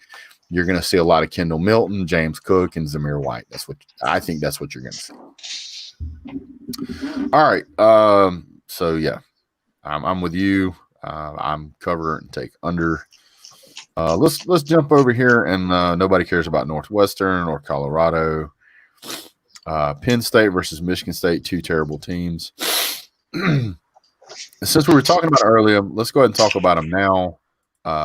Let's talk about Coastal Carolina versus Troy. What's your thoughts? Another win for Coastal. Yeah, Troy. Yeah, it's going to be another win easily. 13.5. I'm taking they're going to cover that easily. Cover. Yeah, 13.5. I give them. I think they're going to cover that. And 51 points, I would definitely pick the over here. I think it's going to be over 51. So let's see here. I'm checking back on the weather. I'm checking back on the weather for the Missouri game, see if anything's changed. Yeah. The next one I want to there's two games that come on at 3:30 I really want to watch. And that is the Miami versus North Carolina game. I think that's going to be a good game. And the reason I say that is because Miami has shown that it can be really good all season. North Carolina is a team that has shown that it can be a monster at times, but then sometimes the team doesn't even get off the bus. So, I mean, for goodness sake, they lost to FSU, right? So how did you lose to FSU? North Carolina can have a high-powered offense, and they can play defense. It held Notre Dame to 31, and Clemson couldn't even do that. So I think that this is a really good game. I think Miami has all the tools that it needs to win this game. But Miami is only favored by 3 points here. So, all right, Trenches, what do you think there? Win, cover easily. That's Who? We don't know how they're going to bounce back from that Notre Dame. Like you said, man, we've only seen sparks of good North Carolina all year. Miami's been consistent. They 100% cover, in my opinion. The next game they played WCU, which is a nobody school, but it was 59-9. So 49-9. 59-49 doesn't really matter. But that is a drubbing. And then, they look up and they got a number 10 Miami team ahead of them. Miami has one loss to Clemson, 42-17 blowout. But Miami has shown at times that they can have a really, really good defense. So, to me, I'm going to be honest with you guys. I'm going to take North Carolina outright. I think that this game is so close. I'm not sure that Miami, they're third in the ACC now. They're on the outside looking in. They've got UNC, which is a ranked team, and they got Georgia Tech. But, I mean, they know they're not getting in. North Carolina, on the other hand, I feel like they've got all the reason in the world to play this game. This is their last game of the regular season. I think they're going to be out for blood. Thoughts? I mean, I think it really comes down to how Sam Howell plays. I mean, if he has a great game, North Carolina wins easily. I don't know. This is one of those I could see going either way. I guess if I'm gonna have to bet on it, I think. What's the line on it? I don't even have it in front of me. I think it's Miami by 3, and the over/under is 67.5. And the game's in Miami, right? Well, Miami doesn't have a stadium, so it's in Florida. It's in Florida. Can't really give them a home field advantage there. I don't know. I'm gonna take. I'm gonna take Miami. I'm gonna say with Miami. It's gonna be close. I think the line's good. I'm gonna take Miami by a field goal. That means you got to win by 4 now. Yeah. That 3, I hate that 3 number because if it's just 3, you don't get there. All right, Trenches, what you think, man? You taking Miami? I got Miami to cover. Honestly, kind of easily. If King shows up, I don't see North Carolina stop him. Well, if I picked the favorites every time, it wouldn't be no fun. Oh, come on. Right. Oh man, I can't do it, man. I gotta pick upsets every now and then. Okay. Brace yourself. Number 16 Iowa versus unranked Wisconsin. When's the last time that happened? Yeah. Yeah, who knows? If I can find the numbers here. What you got? Wisconsin's 2-2. I mean, who knows? That's what these teams are. The over/under is 41.5. 41, yeah. And Wisconsin is favored. The unranked team is favored by 2 points. Yeah. So you gonna pick, Trenches? Who knows? I guess give me the underdog, man. Give me Wisconsin, even though they're the favorite. It makes no sense. He said, "I'm taking the underdog for 2 points." The underdog is the ranked team. Yeah, exactly. No, I'm gonna take Wisconsin. I'm gonna ride with the picks, man. I think Wisconsin can do it, but honestly, I don't know on this game. Yeah, I don't either. So I know my friend Paul. He's a big Iowa Hawkeye fan, I'm going to pick Iowa just for you, Paul, and give me the points. I need both points. Okay, next on the docket here. Let's see, what do we got? The next interesting game. Florida State versus Duke. At Florida State. I don't even know if they'll let you bid this game. Florida State and Duke. Are they actually playing this game? Florida State. Florida State is favored by 4.5. Yeah, I think Florida State.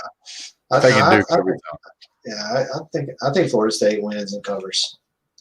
Same. Yeah, Are you taking Duke to win, or are you taking Duke to cover, Brett? I'm taking Duke to win it. I'm taking Duke to win. You know they're gonna win already. Yeah, I mean, if FSU plays 12 teams, I'll pick the other team every time. All right, so then we come down Vanderbilt versus Tennessee. Tennessee, and I don't care if it's 30 points. Tennessee, Florida number 6 Florida versus LSU. What? Hold on. I think I'm gonna pick Vanderbilt in this game, bro. And I'm calling it. I'm calling it. They're gonna win by a field goal, and the girl's gonna kick it. Calling it. I'm calling it. Hey, Tennessee lost like 6 games in a row or something crazy? Oh no. Yeah.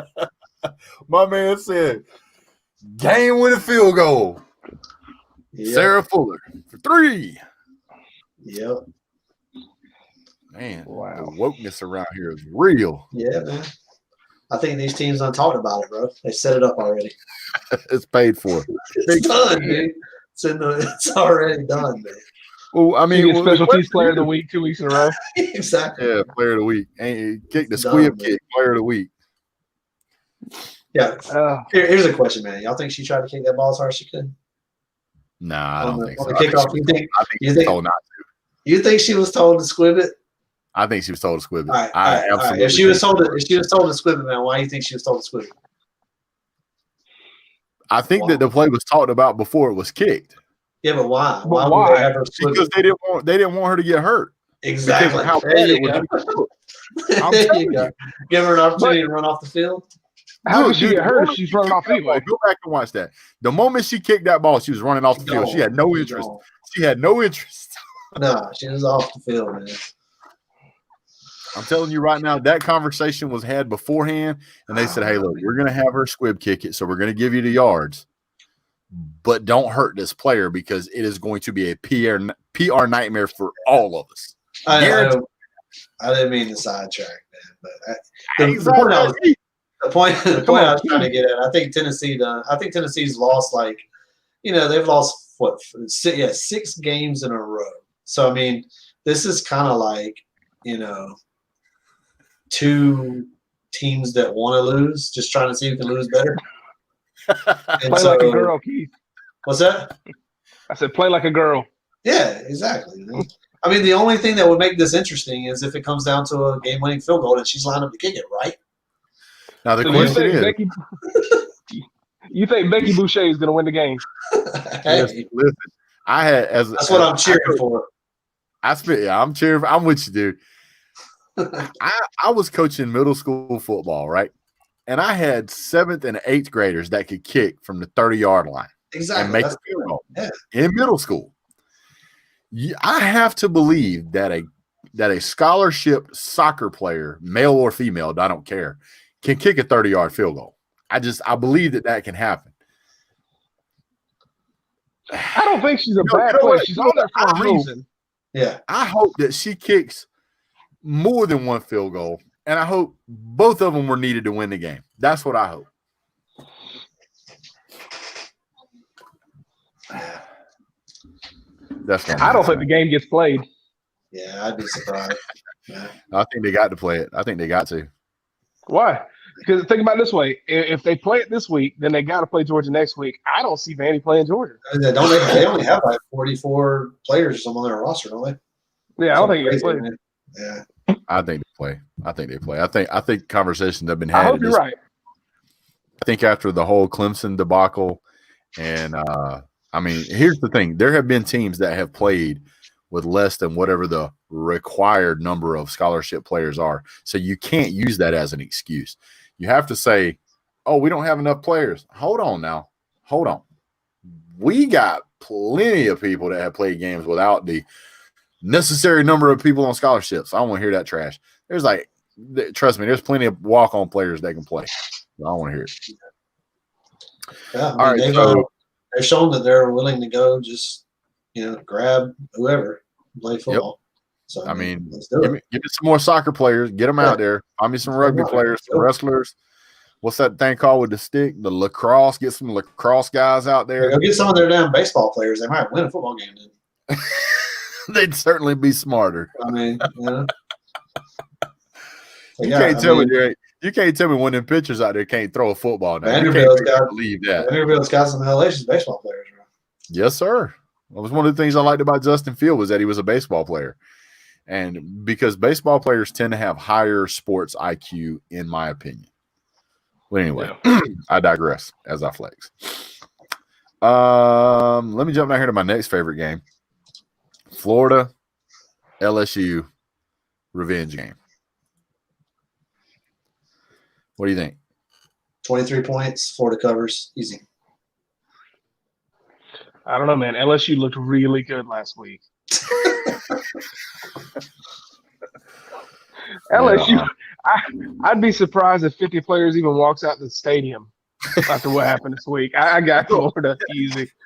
You have 3 coaches out there in uniform. Pretty much. So here's the thing. The line on this is 23 points. They did score 17 against Alabama. I think Florida. Yeah, but they're bowl banned, Brett. They can't get to a bowl. What's the point? Well, I mean, they can take that bowl ban back off if they want to. I mean, I'm just saying. They voluntarily put it on. They can voluntarily take it off. Yeah. They can say that we're going to ban ourselves from a bowl. So now they've got to beat Florida, and they've got to beat Florida and Ole Miss just to be bowl eligible. Isn't that right? You got to be 50%, 5-5. Yeah. The regular season, 6 wins, right? Yeah, 6 wins. Yeah. Is it 6 wins or is it 50%? That's a regular season. I don't know what the hell they got going on. I think it's 50%. You got to win 50%. You might be right, dude. I didn't realize Georgia had a chance to go to the SEC championship till today. So I'm just getting all kind of messed up. Man, don't you know a troll job when you hear one, man? Come on now. No, dude, I go with it. See, I say stuff like that in streams, and there will be somebody down in the comment section who is like, just give me a laundry list of why I'm wrong. And it's funny to me because I know good and well there ain't no way that's going to happen. But it's just fun to see some of these like Alabama fans and Tennessee fans. Man, those Georgia fans smoking crack. I was like, man, clearly you know this is a troll job, right? Anyway, I'll get back to this. Yeah, I'm picking Florida. Florida covered at 23. It's a 68 over-under. 68 over-under. I don't know if LSU can score over 15. Or 14, sorry. I'm going to go 68 under. is a lot of points, man. Yeah, I'm going under. Yeah, I'm covering and I'm taking the under on that. Yeah, I'm gonna say that they covering is under. I mean, I can see Florida scoring 50-something points, but the question is can LSU score 18? And I just don't think they can. I think Florida's going to have that ball so much. LSU ain't got nothing to play for. Florida's going to be out for blood because they want to beat the national champion just like Alabama did. That's what I think. Yeah. All right, so let's see what's next. Everything else pretty much sucks. Okay. We got a long laundry list of canceled games, postponed games. There was a good one in there, too, that Tulsa game. What? Tulsa's got a football team? Tulsa and Cincinnati. Yeah. That one got postponed or canceled. Yeah. They got canceled. That one got canceled? Yeah, you're right. Top 25 matchup. Yeah. I think there was only one game tomorrow. That's against Miami. Miami and North Carolina. That's both teams are ranked, except for Georgia, Missouri. But yeah, man. Oh, Mississippi State, Auburn. I wanted to talk about this one. Mississippi State, Auburn. Who you got? I know Auburn's a favorite. I'm taking Mississippi State on this game. No. I'm gonna go with Auburn to cover. Auburn is favored by 6.5, so that means Auburn only has to be win by a touchdown. It's a 49 over under. I'm gonna take Auburn as much as I hate it. I'm gonna take Auburn, and I'm going to take the. I think I'm going to take the over. I can see. Yeah. Hold on one second.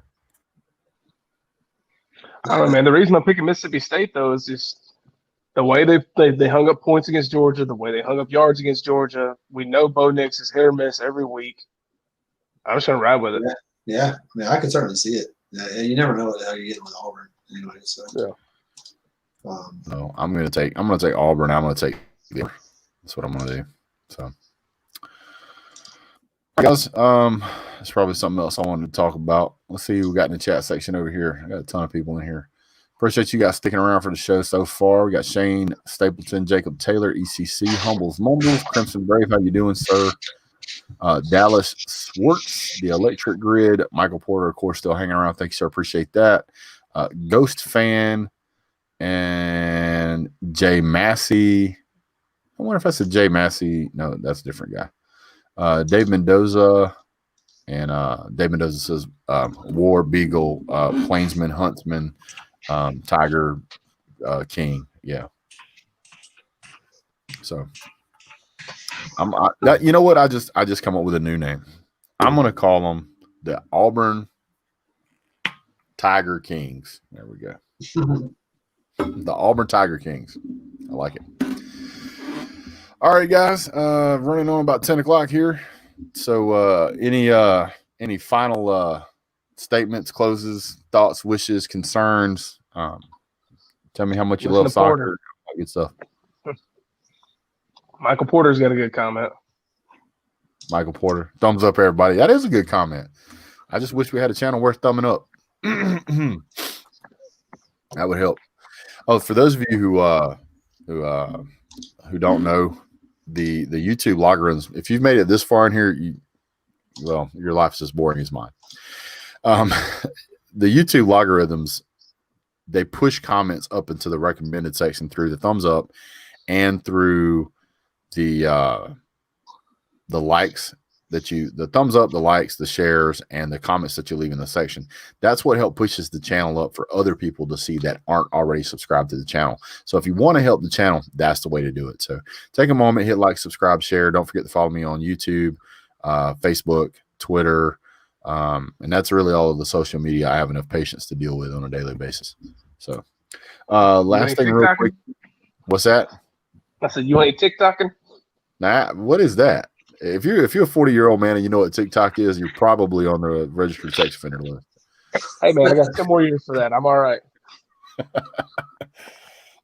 Real quick, Humbled Mumble says, how you want to know? I want to know how y'all feel about Ohio State. I think they have a terrible campus, to be honest with you. I think they really should improve their facilities. Their facilities look like they were put together by the Army Corps of Engineers. There's no flair. There's no statues. We have some windows and a field. Let's play football.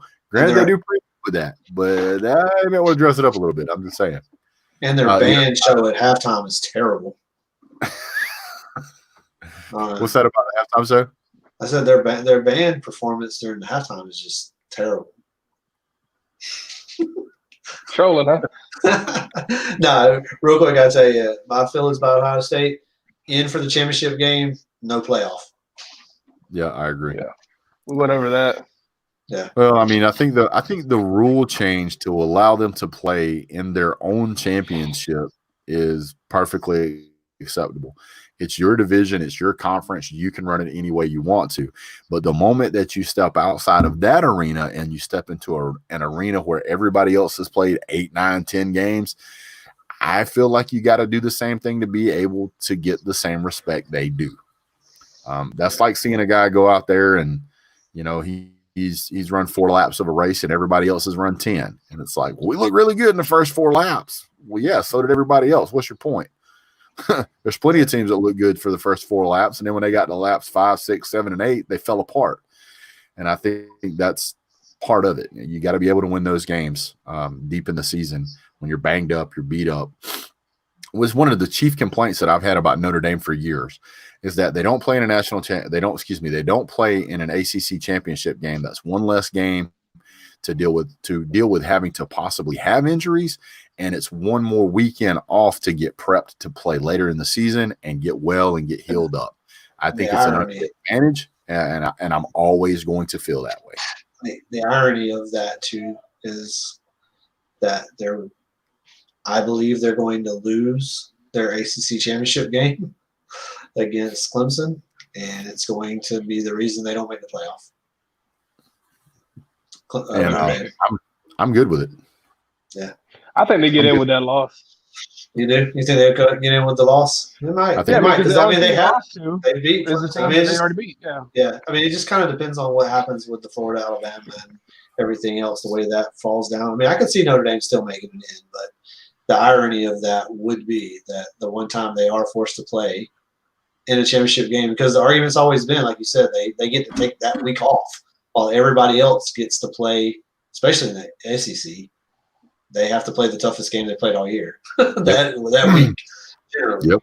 And then they get to sit and take the day off. And so it would be very ironic, in my opinion, that if they have to play in an ACC championship game and get beat, and that's the reason they don't get to go to the playoffs. Well, the other problem that you have is that if you have an undefeated, just hypothetically speaking, if you have an undefeated Notre Dame who doesn't play in an ACC championship, and you have a 1-loss Georgia or a 1-loss Alabama or a 1-loss anybody else who lost one game in their championship game, they would lose out the opportunity to play because they played an extra game and lost it. Yeah, so I've always had a problem with that. Always had a problem with that. If I had to say though, go ahead. Go ahead. No, you go ahead. If I had to pick my 4 teams for the college football playoff right now, it would be Alabama, Clemson. Hold on to your hats, gentlemen. Texas A&M, and Coastal Carolina. I don't care. I don't care if Coastal Carolina goes in there and gets beat 100-0. I do not care. I feel like those guys have earned it. If you go undefeated, I feel like you have earned it. And if this was back in, years of old or whatever, you finish the season undefeated, you claim a national championship. I'm sorry, but you should. I feel like if you're undefeated and at some point you've played a number 1 ranked team, and just because somebody didn't have the opinion of you that you were the national champion, that you don't get to be the national champion, that's bull. You beat everybody you played. To me, that's like those guys that, you seen the commercial. It's like his kid, they get in a car and his kids have got these participation trophies. It's like, participation trophies? Throws that out like, we beat everybody we played. He wrote champs on it, hands it to his kid. I agree with that. Yeah. Now, do I think Coastal Carolina could day in, day out beat Alabama? No. Yeah. Or Notre Dame or Clemson or Ohio State or Florida or Texas A&M. But that does not mean that they don't deserve the right to try.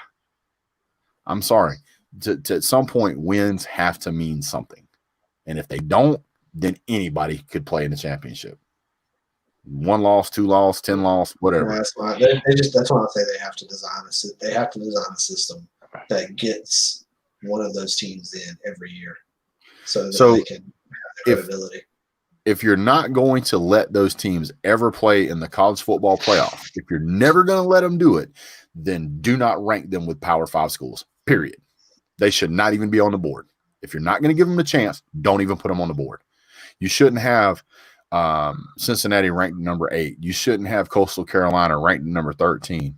You shouldn't have Louisiana ranked at number 19. You shouldn't have NC State ranked at 23 and Tulsa at 24. If you're not going to say those guys will ever be good enough undefeated, then don't rank them at all.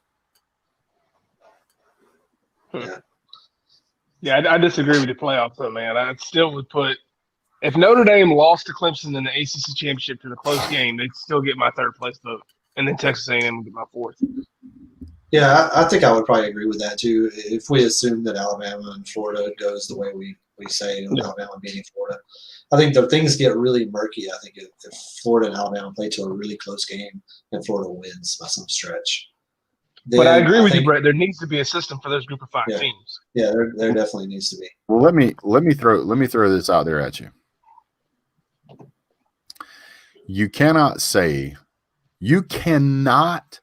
reasonably say that this year, with what we have done so far, the games we have played so far, you have absolutely no measuring stick to say that Alabama is better than Coastal Carolina. There's been no cross-division play. SEC has only played SEC. For the most, you've had onesies and twosies here and there, but it's nowhere near enough data to say that those teams aren't good enough because everybody is siloed. How can you possibly say – all right, let me put it this way. If you had an undefeated Oklahoma right now, you would say an undefeated Oklahoma, let's say that they've played 10 games. Would you put them at the top of the list? Would you put them over Alabama at 9-0? A 10-0 Oklahoma over Alabama 9-0? No. No, because Alabama had a way harder schedule. How do you know? Because we know consistently the SEC with Georgia, Texas A&M, even LSU coming in this year was supposed to be way better than they are. We know consistently they put out top 25 teams. Coastal Carolina, the teams they are playing, usually don't. And these other teams that they're playing have 5 stars on the field constantly. But not this year. Here's what I'm saying. Alabama has played what? How many ranked teams has Alabama played this year? Texas 4? A&M, Georgia. Huh? What, 4 teams? They played – Auburn was ranked at 22, probably shouldn't have been. They played A&M, Georgia, Auburn. They played 3 ranked teams, right? That's how many ranked teams that Coastal Carolina is going to end up playing. It's 3 ranked teams. So to me, I understand what you're saying, and I agree with it for 99%. But there's this part of me that says you got to give those guys a shot. You got to. Is there any part of you thinks that they can beat Bama? In your heart, do you think that they can beat Bama? Do you think they can beat Notre Dame?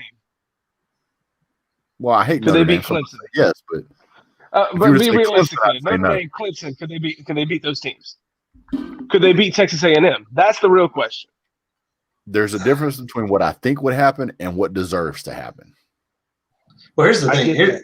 Here's the thing, though. You know, the problem with it is that it's football, right? So these guys, they don't have to necessarily just beat Alabama in this scenario that we put up. All they would have to do is go out there on one day and beat the team that's in front of them one time. Yep, that's it. And that's that sounds hard. That could be hard against Alabama or whatever. But I'm not going to sit here and say that Coastal Carolina or Cincinnati would beat Alabama, like just in general. But could they on one day? I mean, they've shown that they're a good team. Anything could happen, you know what I'm saying? But it certainly will never happen if they never get the opportunity. So let me ask you this question. Georgia lost to Alabama. Georgia lost to Florida, right? Georgia can't beat Alabama. Georgia can't beat Florida. Why are we ranked number 6? We're 9. Well, 9, whatever. My point is, why are we ranked ahead of them? Yeah, we're ranked ahead of Coastal Carolina. Are you saying why are we ranked ahead of Coastal Carolina? Because that's a different argument. I agree. They should be ranked higher than we are. Well, depending on to which say that they're the playoff team, they are. I don't say so. my thing is this: if we were to play Coastal Carolina tomorrow, and I had to bet the game, I'd absolutely bet Georgia, not because I'm a Georgia fan, but because I believe Georgia could beat them. However, I will tell you, you can go look in years past, and you can see where teams like Syracuse has beaten Clemson. You can go back and you can look at years past where a team like Boston College has beat Michigan. Yeah. It happens. App State beat Michigan, ranked Michigan, like a few years back. They've done it a couple of times. Georgia State beat Tennessee. All you got to look at it this way is go ask Nick Saban if he wants to play Coastal Carolina. And I bet he's but compared to who? Compared to who, though? Nobody wants to play them dudes. But if you ask Nick Saban, hey, you're going to have the number 1 spot. We're in number 4 to either Coastal Carolina or A&M. I guarantee he picks Coastal Carolina. Yeah, I'm just saying in general. I mean, he's not going to want to play a team like that could sneak up and bite you one day. Yeah. And so my only point is that in this year, we always have this argument about these Group of 5 teams is, what does it take to get one of them in? And my point is if they don't get in this year, it's just never going to happen. I think it's the lack of leadership it's the lack of leadership in the very beginning on the NCAA. They should have. You look at all the other sports, they handled this like you look at baseball. It's got off really rocky with getting the players to play, but that's because of payroll negotiation. That's hard. Football, NCAA didn't have to deal with that, but they expanded their playoff. They made a bunch of money doing that, a bunch of more games that people watch nationally. But that's the thing. If they expanded the playoff this year to 6 or 8 teams, if they'd have just done that from the beginning, just have this as a one-off year, you would get to see, a Coastal Carolina or Cincinnati play one of these teams, and people would watch the hell out of that game. I know I would. Yeah, that should be done.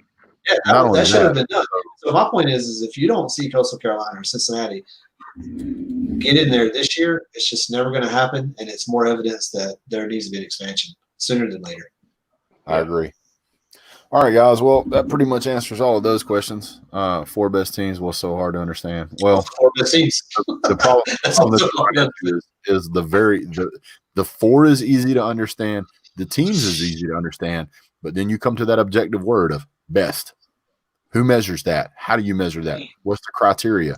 Is the criteria wins? Is the criteria yardage? Is the criteria points? Is the criteria points allowed?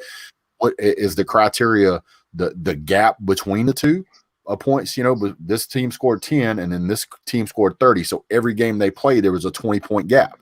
Or is it that this team scores 70 points every game, but they allow 50? What other sport in any level of sport do you have to sit around as fans and have this conversation? No other sport. And you have to figure out who were the best teams. And do you have people debating what happened in the NFL playoffs? No. We have a system that decides who goes. Nobody fights it because it's a rule. And we play, and I understand if there's 120 teams, it's hard when you only play 10 or 11 games. There's 120 teams. Not everybody plays everybody, but still, we got conferences. Other college football divisions have a playoff that's fully defined how you make it. I don't understand why we sit there and have to have this conversation. Here's how hard that best question is I think that Cincy's better than Coastal Carolina. Yeah. I agree. Oh, I thought you were saying that's how hard you were for Coastal Carolina. No. What I'm saying is that using them as a proxy. Having 10 wins is better than having 8 wins. Do I think that Cincinnati would beat Coastal Carolina? Yes, I think they'd beat them badly. But at the end of the day, I still feel like if you have more wins than any other team and you have 0 losses, that has to count for something. I agree. So I'm going to back to what Keith was saying. Basketball, huge tournament. It's called March Madness. Oh my goodness! Now they have to vote to get. They kind of do voting to decide who gets into there. But there's 60. Right. There's 64 teams to make it into that. And what happened 2 years ago? They expanded it to add like 2 more teams and have a play-in game because nobody could decide. So I mean, baseball, huge playoff system. NHL, huge playoff system. pro football, huge playoff system. College football is the only one that has a problem. And it is exactly because of what we're talking about right now. If you had, let's just go wild here, and let's say a 24 bracket system, right? You got top 25 ranked teams. Nobody really cares after 25. What's the matter? Just drop to 24. 25th guys and one out looking in. Fine. Get it. You can pair up all these teams and solve this problem easily. And you're first going to have 24. You're going to have one game for 24 players, and then you're going to have 12, then you're going to have 6, and from your 6, you can one man out it. If you want to go to a 32 team system or a 16 system, I'm fine with 16. Go to 16. You play 16, and you play 8, then you play 4, then you play 2, then you play 1. That's 5 games. Well, let me ask you this: do you shorten the regular season? They're playing until February. Then that's the problem. Yeah, that's what I'm saying. You got to shorten the regular season. No, because if you look, a lot of the times we're taking out pretty much the entire month of December. Normally, we're taking out the entire month of December. You go a month without football, and then you play in January. Yeah, but it's also around Christmas and stuff on these schools. I get it. I'm not saying there aren't exclusions to the rule. What I'm saying is that if you start 2 weeks early and you finish 2 weeks late, you've got everything you need right there. Yeah. That'd be great. All the problems. It's more revenue for the schools. It's more revenue for the schools. It's more playtime for the kids. It's more coaching for these guys throughout the season. It betters everything. And it stops these arguments. Yeah. Yeah, these conversations of, we're 10-0. Yeah, well, you're 6-2. Well, we're ranked ahead of you. Well, how? We play in the SEC. I just think having a postseason in college football that does not automatically include the conference champions of the Power 5 conferences is crazy. Well, my thought is always that we take the Power 5, we take the top 5 out of the Power 5, whoever wins their championship. You can take an independent if you want, 1 or 3 of whatever you want, 3 additional of whatever you want. You could take a 1-loss, 2-loss SEC team, a 2-loss ACC team, or whatever. And you can really figure it out from 8 teams. 16 would be going wild. But if you've got 8, 4, 2, and 1, you're only adding 1 season. You're only adding 1 game to the entire season. And it solves a lot of these problems. Well, under the current system, doesn't it? This has always been my problem with it. If it's this eye test that we go through and the teams that are at the top year after year are just there as long as they go undefeated, doesn't that incentivize the Clemsons, the Ohio States, the Alabamas to play as weak of a schedule as they possibly can? Because all it really takes is for me to go 10-0 or 11-0 or whatever. So why would you ever? And then you see the SEC wanting to get away from playing these cupcake games. But if I'm Nick Saban, why the hell would I not want to? I want to play every one of them I possibly can, because as long as I'm just going to get shoe in to the top 4 teams, as long as I'm undefeated, I want to play as cupcake of the schedule as I possibly can. Absolutely. Yeah, absolutely, you do.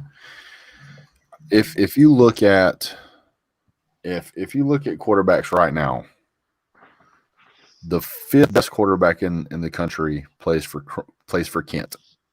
The 6th plays for BYU. The 12th, which is Kendon Slovis, plays for USC. Grayson McCall plays for CCU. To me, when you're looking at stats, when you're looking at who's the best, your numbers can look vastly different based on who you're playing. I mean, you can play in the SEC and you can still play a weak schedule sometimes. For sure. You just can. So when I Alabama just did it, and they put up these big numbers, and you try to justify schedules against them, it just really gets to be tricky. I mean, think about it. I mean, really, outside of having to play Georgia, the West, dude, the West, outside of Texas, the West year after year has always been really strong. This year, they're weak, man. Yeah. With LSU being down, Auburn being down, the only other team over there is Texas A&M, and Alabama beat the hell out of them. So, it's one of those things where, I wish it was easier to define, who's the quote unquote best, but there's just too much money in college football, big time college football, to not have this be something. And I get it. I get it. A lot of the money is generated by having these conversations because they happen on TV. They happen with all of the, all of the people, all the media. It creates hype. It creates, a lot of buzz when people have these conversations. So secretly, it's 100% money because Yeah. Big Ten Conference just proved that today. It's 100% money. You can't make a rule to change it just because your big team can't get in. I know y'all said y'all are cool with them going in. I'm not. I still think it's you made that rule for a reason. Stick to it and roll with it. Yeah. But now that your golden ponies out of it, you had to change it. So. Yeah.